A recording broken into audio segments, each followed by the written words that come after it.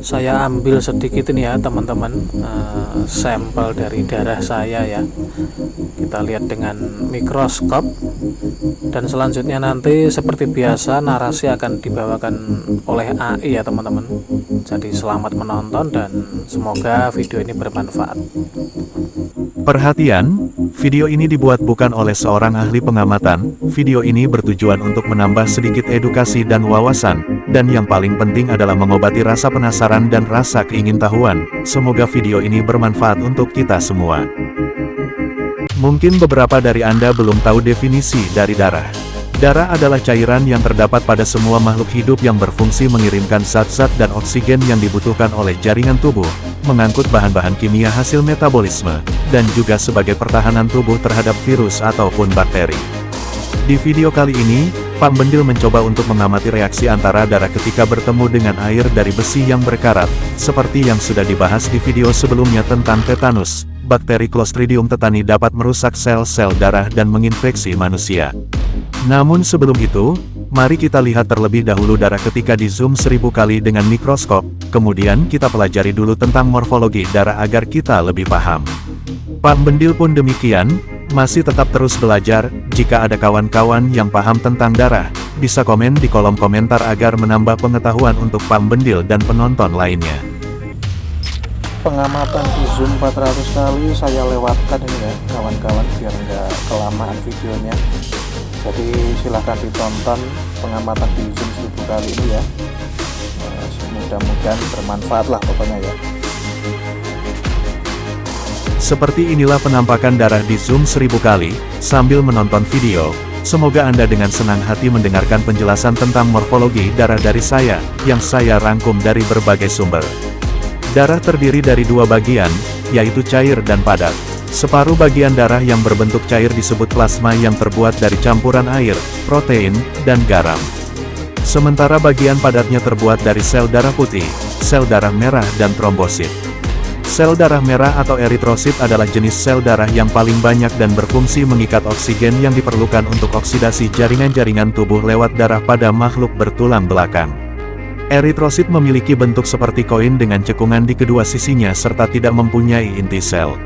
Eritrosit atau sel darah merah adalah sel yang elastis, sehingga bisa berubah bentuk menjadi lebih kecil ketika mengalir melewati kapiler darah berukuran kecil.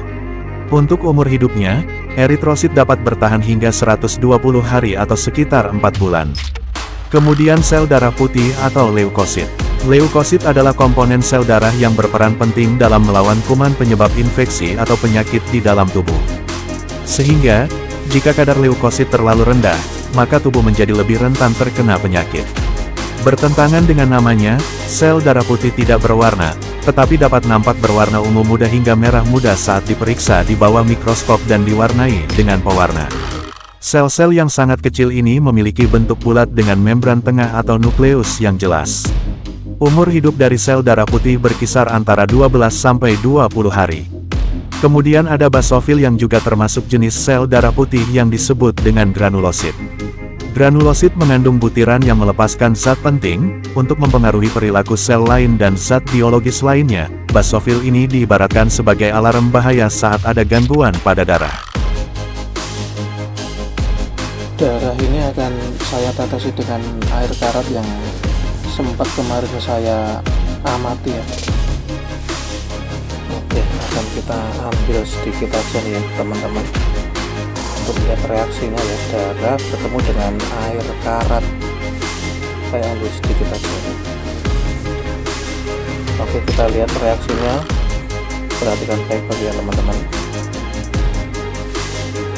Pak Bendil bereksperimen dengan meneteskan air rendaman besi berkarat ke sampel darah, dan lihatlah baik-baik reaksinya. Walaupun ini adalah eksperimen sederhana, tapi dengan melihat video ini setidaknya kita tahu betapa hebatnya darah kita.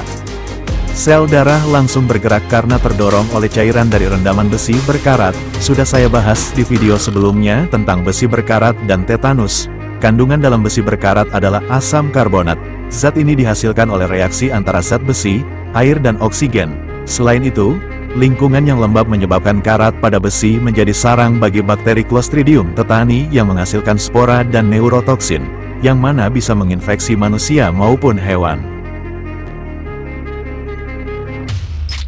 Kembali ke pengamatan reaksi antara darah dan air rendaman besi berkarat, perlahan-lahan sel darah putih mulai bermunculan. Saya tidak tahu asalnya dari mana, yang jelas sel darah putih ini mengalir dari area yang terpapar air rendaman besi berkarat tadi. Seperti yang sudah saya jelaskan di awal video tentang morfologi darah tadi, sel darah putih bertanggung jawab untuk melindungi tubuh Anda dari infeksi. Sebagai bagian dari sistem kekebalan tubuh, sel darah putih beredar dalam darah Anda dan merespons cedera atau penyakit. Selain itu, sel darah putih juga akan merespons saat ada zat asing yang masuk ke dalam tubuh saat menginfeksi darah. Pengamatan Pak Bendil berlanjut lagi ke area yang tepat di mana ditetesi dengan air rendaman besi berkarat tadi. Dan lihatlah baik-baik kawan, sel darah merah banyak sekali yang rusak di area ini. Ini area yang saya tetesi dengan air besi berkarat tadi ya teman-teman.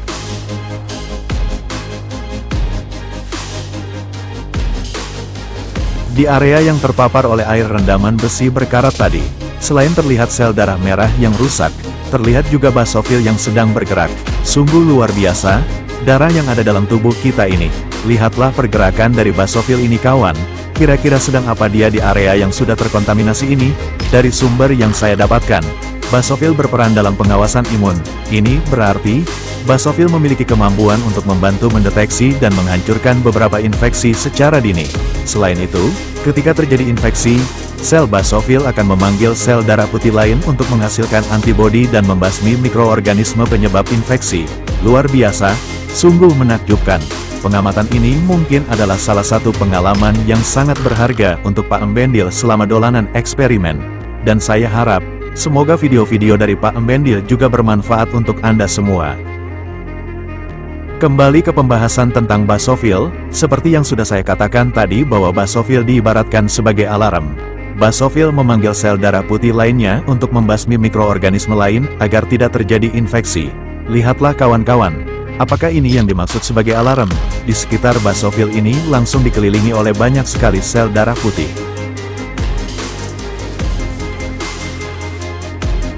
Pengamatan saya geser sedikit ya teman-teman. Di area ini terlihat eosinofil. Apa sih eosinofil itu? Mari kita bahas ya. Pak Bendil melanjutkan pengamatan dan bergeser agak jauh dari area yang telah terkontaminasi dengan air rendaman besi berkarat. Di area ini, terlihat sel darah merah yang agak pucat. Selain itu terlihat juga eosinofil, salah satu jenis dari sel darah putih dari kategori granulosit. Kalau dilihat-lihat, bentuk hampir mirip seperti basofil. Namun fungsi dari eosinofil adalah lebih untuk mengatasi inflamasi, yaitu efek dari basofil yang melepaskan histamin saat bereaksi terhadap mikroorganisme patogen. Contoh untuk penjelasan ini adalah, mungkin Anda pernah merasa gatal dan bengkak di area sekitar luka, itu adalah efek dari basofil. Nah, eosinofil inilah yang bekerja untuk meredakannya, kira-kira begitu, menurut pendapatnya Pak Bendil. Oke kawan-kawan, kita cukupkan eksperimen pengamatan reaksi antara darah dan air rendaman besi berkarat kali ini. Sungguh ini adalah eksperimen yang menakjubkan Pak Embendil. Semoga bermanfaat pula untuk Anda semua. Jangan lupa klik tombol like dan subscribe untuk mendukung channel ini. Terima kasih sudah menonton. Salam sehat selalu untuk Anda sekeluarga. Amin.